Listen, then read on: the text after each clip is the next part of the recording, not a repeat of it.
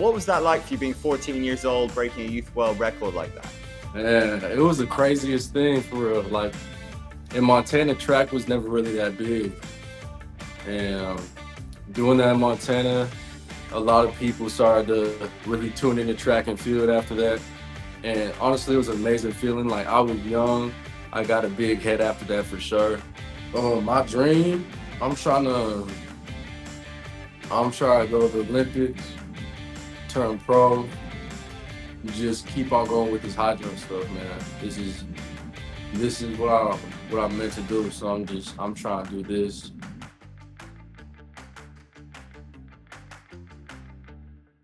Yes, ladies and gentlemen, a very warm welcome to Trey Tintinger. Had a world record under 14 level for high jump, earned NJCAA All-American honors now at the Oregon Ducks. One of the most talented men in the sport. How's it going? It's going great, man. It's going great. How you doing? Yeah, really good, man. How do you reflect on achieving all those goals and how you've evolved over the years in this sport? Man, every day I just like kind of look back at that moment. Like I got the all my videos and all my accomplishments like on my phone. I kind of just look back and I'm just grateful for where I am now. I'm grateful for the journey that I've been a part of. So it's an amazing. Yeah, what was that like for you being 14 years old, breaking a youth world record like that? Man, it was the craziest thing for real. Like in Montana, track was never really that big, and doing that in Montana, a lot of people started to really tune into track and field after that. And honestly, it was an amazing feeling. Like I was young, I got a big head after that for sure. So it was an amazing experience. And then, like obviously, after when I went back home, I was just watching SportsCenter. I popped up on SportsCenter top 10 like an hour later after that happened. So it was just a crazy, amazing feeling, and it was the best feeling in the world. What was life like for you? Did things change? What was it like just walking down the halls after that? Oh, I guess things changed a little bit. Um, I wouldn't say anything crazy because I kind of just stuck to the same friend group that I was already in and just hanging out with the homies. I guess like people would ask me to autograph a lot of stuff. I got hit for a lot of interviews by like a local news station and everything. And my video was featured in the Gatorade commercial a couple months after that happened. So it was I guess things did change a little bit. What age did you know that you were built for this? Was this your dream when you were a kid? Oh, when I was a kid, I wanted to be a hooper, man. That's all I wanted to do was just play basketball. And then I think I was probably like 12 years old. It was my first time high jumping. I jumped like 5'6", and I was 12. Then I was like, okay, cool, whatever. And the next year, my eighth grade year, first track meet of the year, I jumped 6'3", and I was 13. I was like, okay, like this could be something for real. So you've won region titles at Pima CC. What did that teach you about the consistency and mental toughness you need? And it just taught me to always give 100% every day at what you're trying to do. And no matter where life takes you, like before, all that stuff, just got to make sure you stay grounded and stay true to yourself. And obviously just stay dedicated and consistent with the craft. So, You at Oregon, your indoor PB I think is 211, outdoor 210. How do you keep pushing those limits? um, like I said, just staying consistent and dedicated. Like I said, my indoor and outdoor PP is kind of plateaued a little bit due to a couple of things and injuries this year and everything. So all I'm trying to do is just get 1% better every day. Just keep on recovering. Just keep on, staying consistent so I can actually have the confidence to do better and get to those higher heights. Your post on your IG says 2020, 2021 was abusing drugs and alcohol, got up to 240 pounds and was done with track for good. And then you found it, or you found the right path again. Can you tell us about that, how you figured it out? Yeah, man. So during the COVID times, man, um, yeah, when school shut down, I was at Spire Academy all year leading up to that down in Cleveland. And then it got shut down, so they sent me home. And mind you, before I was even at Spire, like all throughout high school, I was honestly just smoking weed and drinking alcohol all the time. And I was just a youngin' doing that and just getting into a lot of a lot of bad situations, just just find an outlet for something. And my outlet was drinking and smoking weed. And then yeah, leading up to the COVID, got sent home. I was still pretty disciplined when I first got sent home, but then months and months just went on, and then I started to get really bored. And honestly, I just started like trying to branch out, do my own thing. So I was like, okay, I'm 18 now. Let's see what I can do. And so um, I started partying all the time, drinking, just doing a lot of stupid shit. So then fast forward like mid 20 mid 2020s, and I mean like August of 2020, man, I got kicked out of my crib because I was treating my house like it was a frat house. Like I was inviting the homies over, we was drinking, we was basically partying, and like my whole room is like the basement too. So I was like having my friends in the basement. We'd be chilling, drinking, partying, doing whatever. My parents got sick of it, and I understand why they did. I would kick me out too. So yeah, I moved out the crib, moved with some homies, and I never tried no hard drugs until I think like that moment was when I got kicked out and started hanging out with my other homies in a different spot down in Montana. I was just Man, I was just doing a lot of like Molly, uh, Xanax, and cocaine, and just drinking, and I and that went on for a little bit, and then in in January I was almost good. I was like just looking at my situation, just looking around, seeing what I'm doing, and I was like, man, I need to do something. This was January 2021, and I hit up my dad and I was like, Dad, I need to go to college or something. Like I graduated, I need to keep on doing this track stuff. And then he found a college down in Arizona. It was called Central Arizona College. I went down there in January 2021, and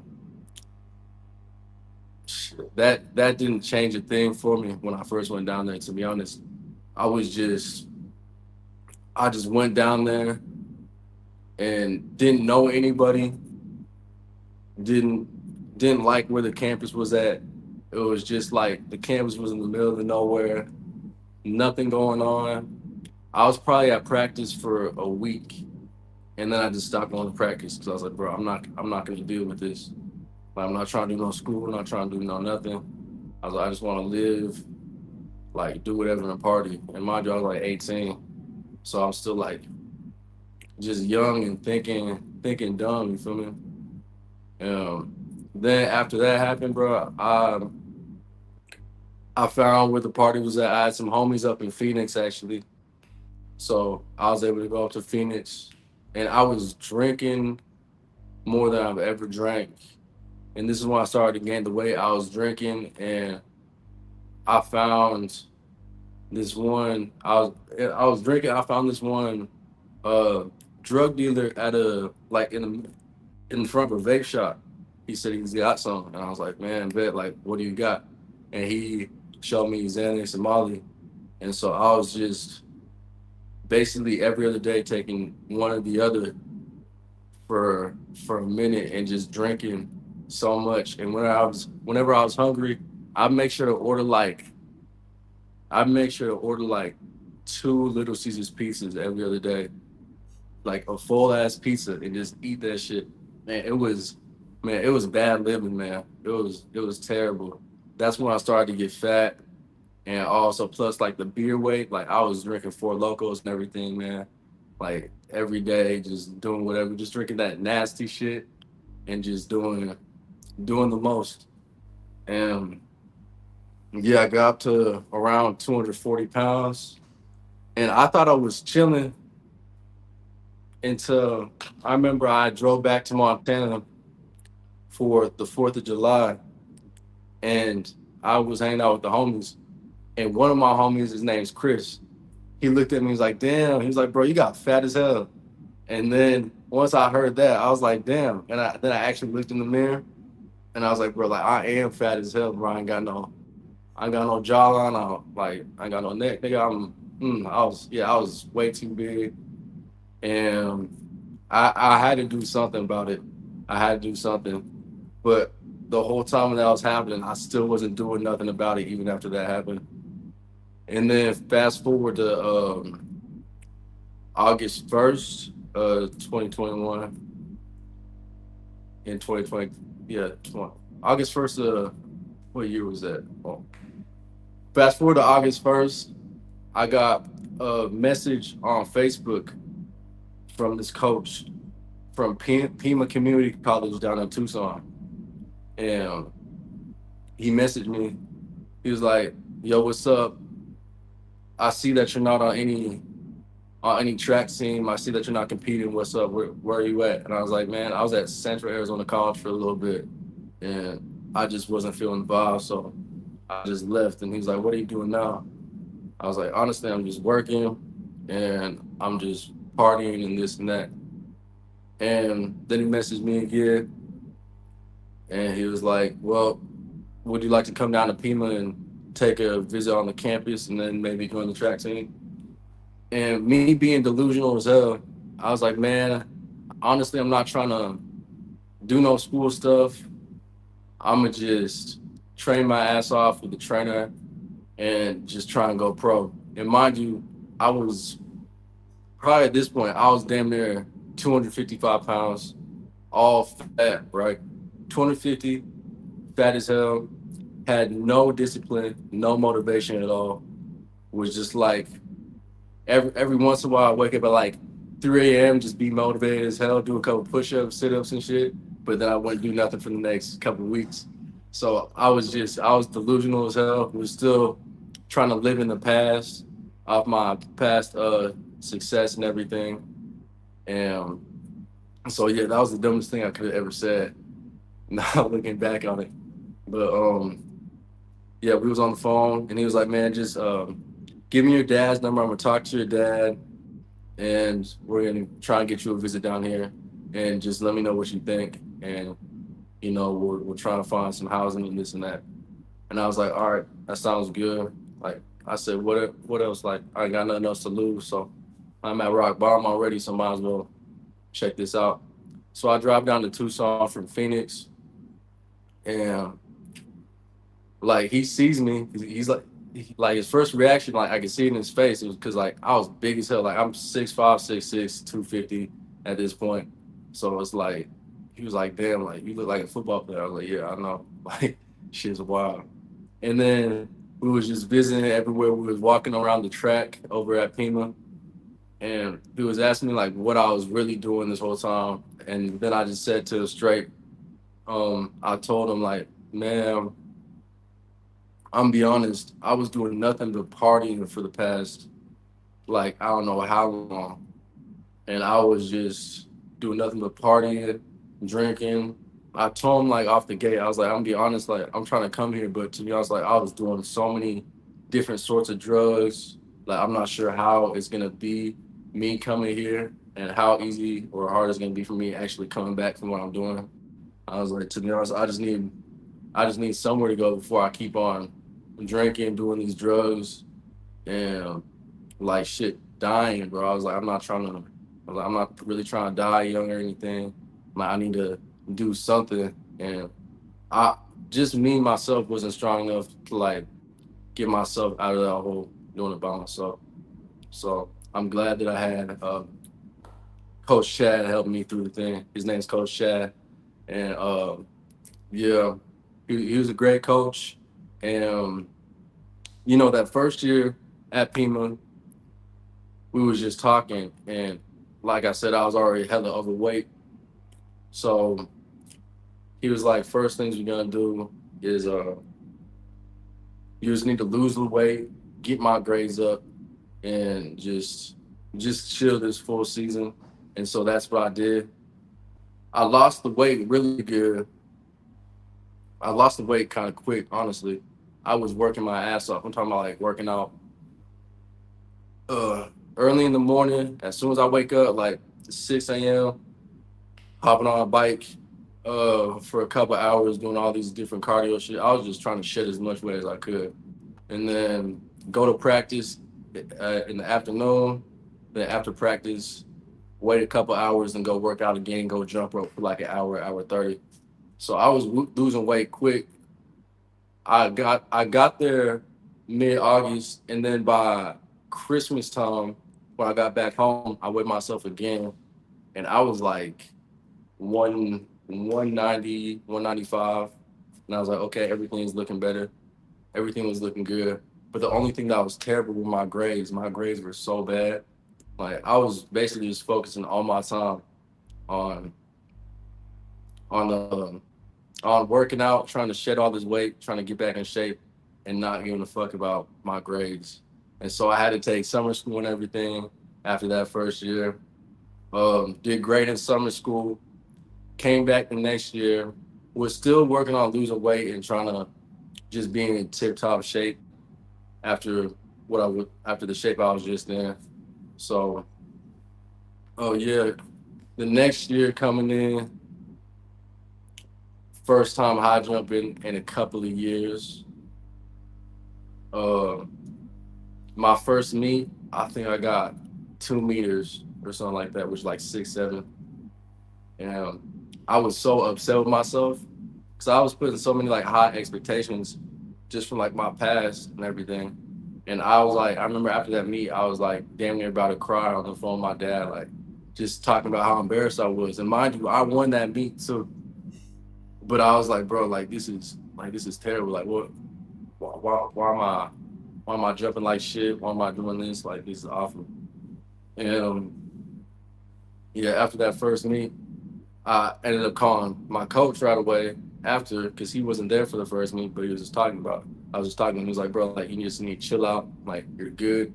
Everything's straight.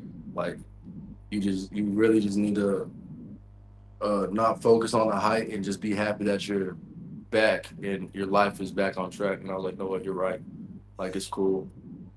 And yeah, just moving forward. Um, Couple meets go by, I jump like 6'8", 6'9", back to 6'6". Then another meet up in Flagstaff, Arizona at NAU, this indoor track meet. I jumped 211 or 211. So I think that's like 6'11" and some change. And I jumped that, and I started to get my confidence back a little bit. So I was like, okay, I haven't hit this height, haven't hit a height close to this since like my sophomore year or some shit. So, or yeah, sophomore year. So I was like, damn, like this is good. This is good.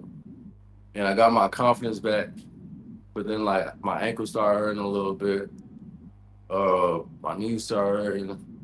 Was doing rehab like crazy at JUCO, doing rehab as much as I could. Started to get a little better. And there were so many other meets where I was like jumping at 7 feet, way over the bar, just throw my hips down early, hit the bar off. But when I'm jumping it, I'm way over it, and I was just getting so angry and irritated, man. And even in practice, I was doing that same stuff. I was like three-step jumping 6'10", 6'11", put the bar up at 7 feet, wasn't getting it. And the one time I did hit 7 feet was my second year at Pima in May or in April. And I was at practice. I was feeling good, man. I was feeling good. Monday, I was at practice just jumping like by myself. And I had like two girls that was helping me. And I set the bar up to 2 meters, got it with ease. Set it to 205, got it with ease. Set it to 210, got it with ease. Then I set the bar up to 7'1.5", and I cleared that shit first attempt. And mind you, I ain't cleared 7 feet since high school. So that was like, I've never like felt so hype at practice before, bro. Like I was like damn near about to cry, bro. Like, I was like, damn, that's crazy. About time I hit 7 feet after all these years. And I sent it to my coach and this and that. And he was like, man, like, I'm proud of you, doing great. And he was like, let's get ready for the outdoor nationals. And when I was getting ready for outdoor nationals, probably like a month before,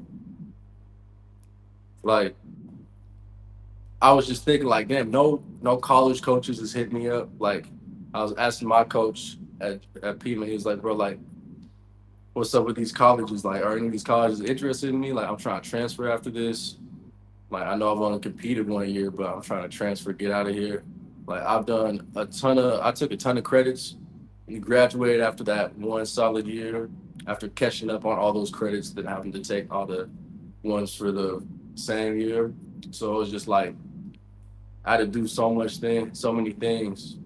And I was just like, yo, like, what's up with the coaches? Like, I'm trying to go D1 or something. And my mind was, I ain't going to no D3. I ain't going to no NAIA. I ain't going to no D2.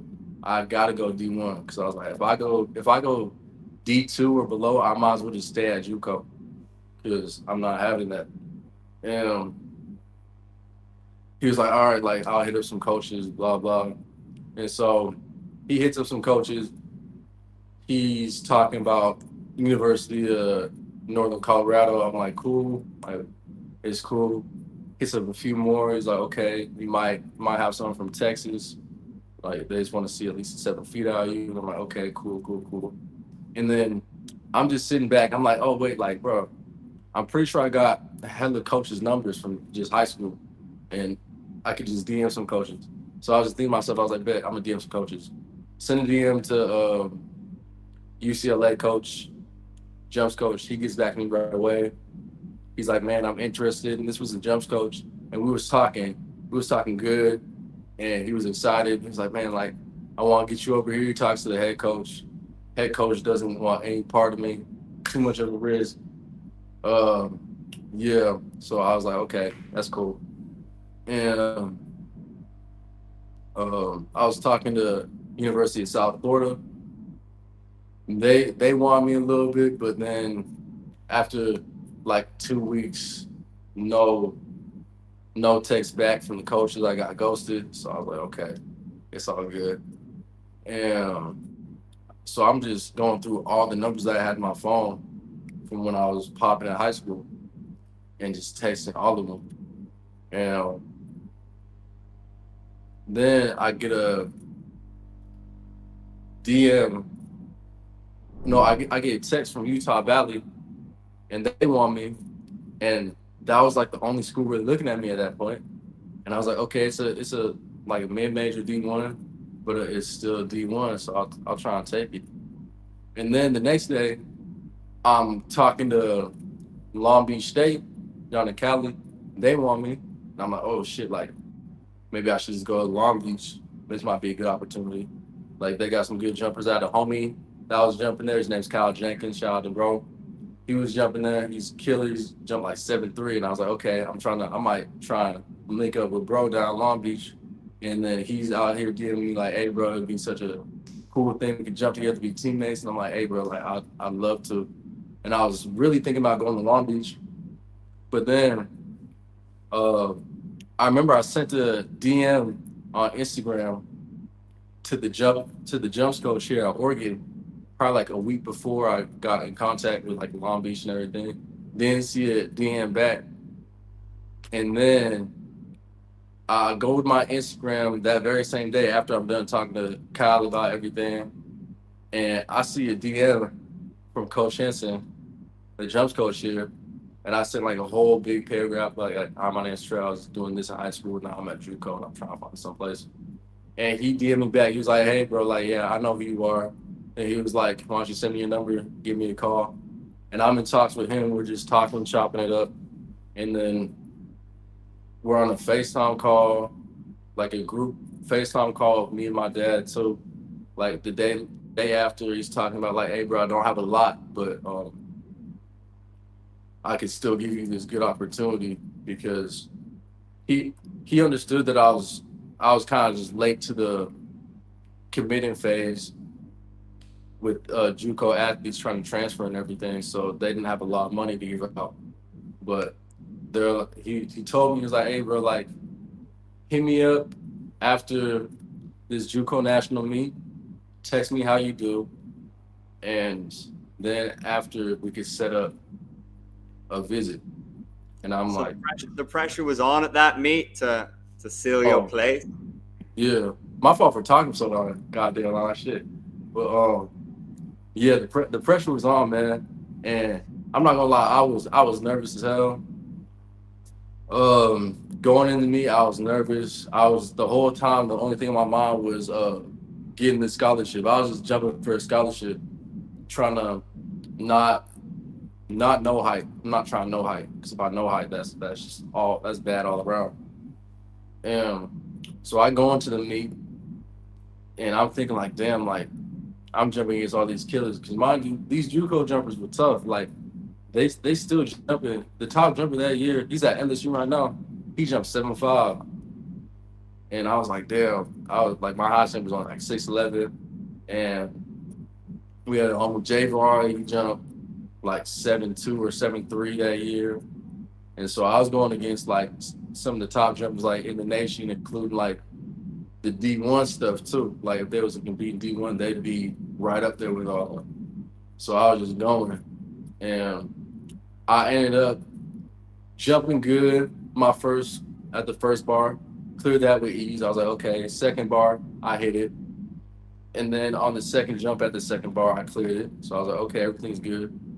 Third jump, I hit that, and I'm like, okay, I'm feeling it. Fourth jump, it was at like 6'11". First attempt, miss it badly. Second attempt, miss it even worse. Then third attempt, like I cleared it perfectly. I was so hyped, and that was to get in the top three. And so it was just me, Javon, and bro. Yeah, I was like the whole time I was happy as hell just to get top three. I was like, okay, things are looking good. Then they put the bar up to like 7-2, and man, all those attempts were ass. I'm just saying, I missed it every single time.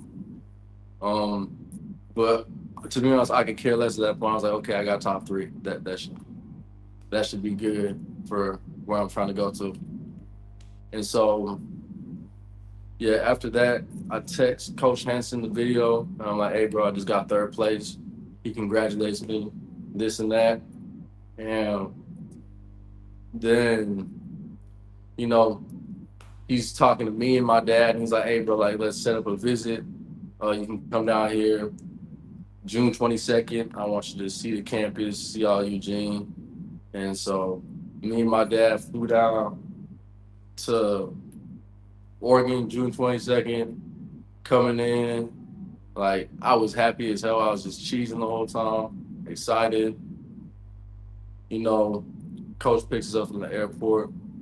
We head over to Hayward Field.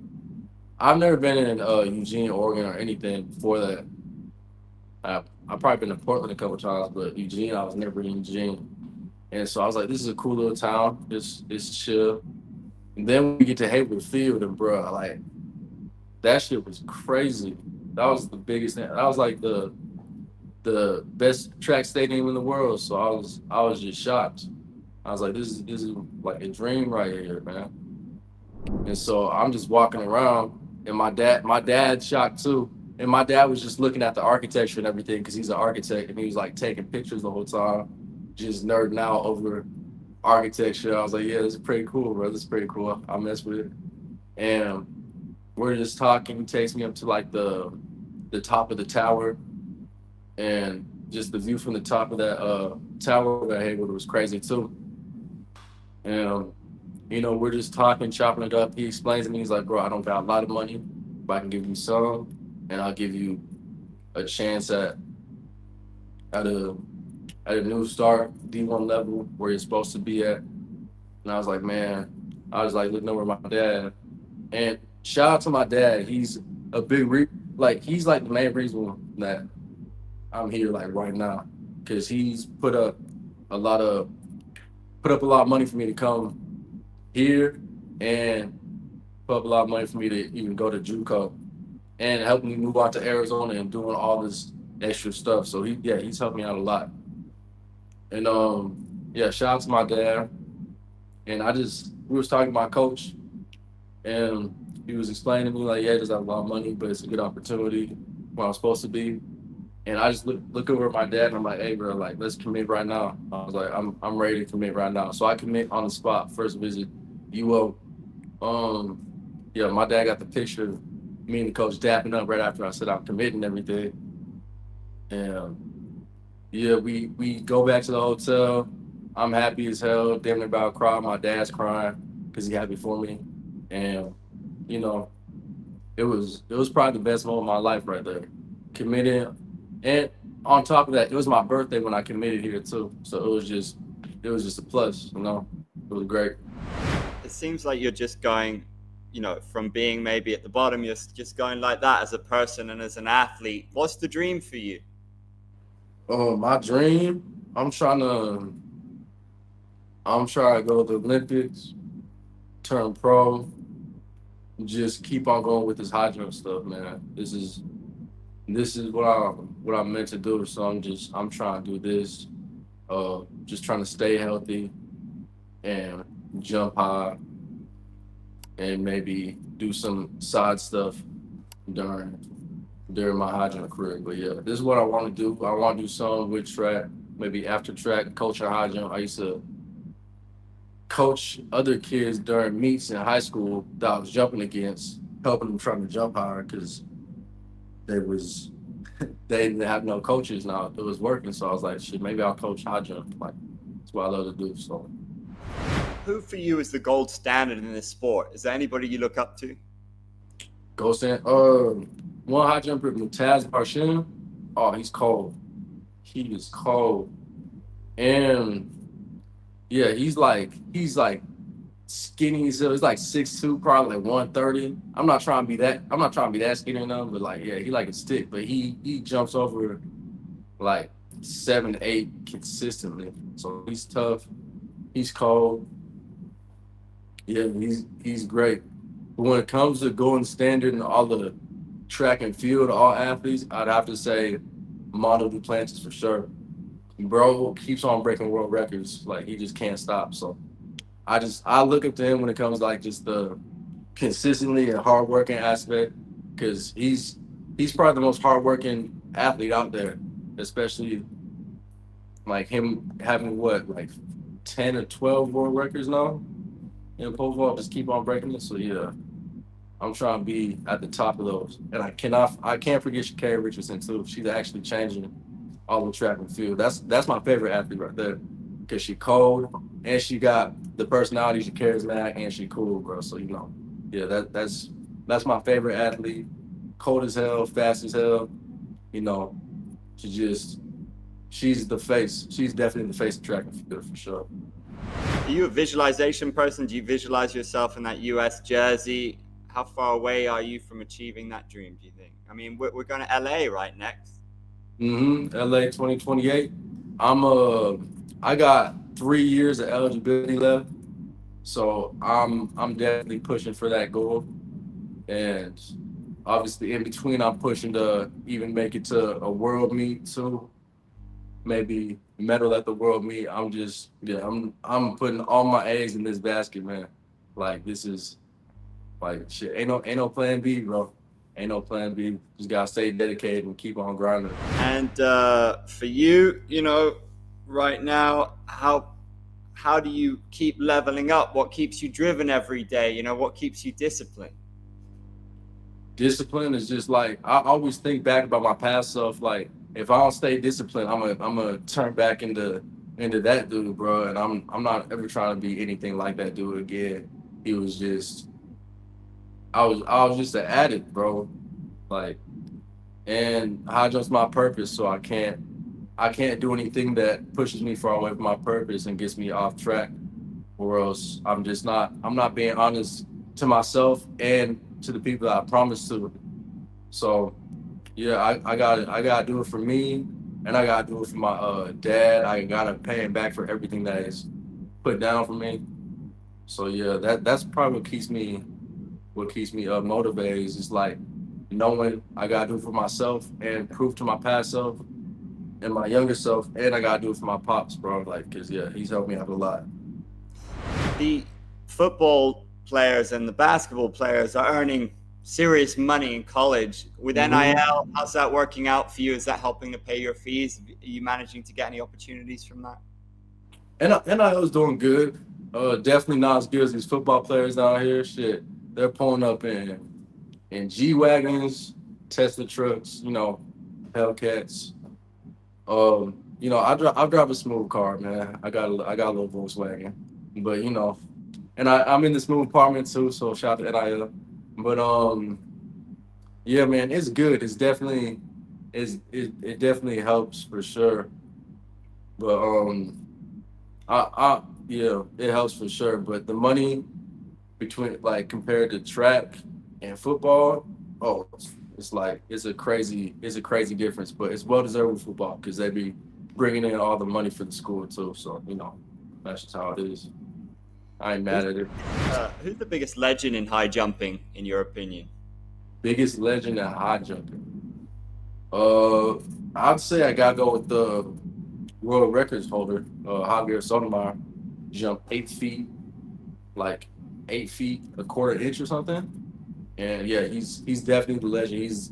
He's he's the top. If you don't hit 8 feet, you never be as good as Javier Sotomayor. He's literally the best high jumper of all time. Like it's just a numbers game. You see in basketball, people debate all the time about who's the best because more politics. Ain't no politics. It's just like you either got it or you don't. Like if you're not jumping higher than the highest guy in the world, then you're not better than him. It's just simple.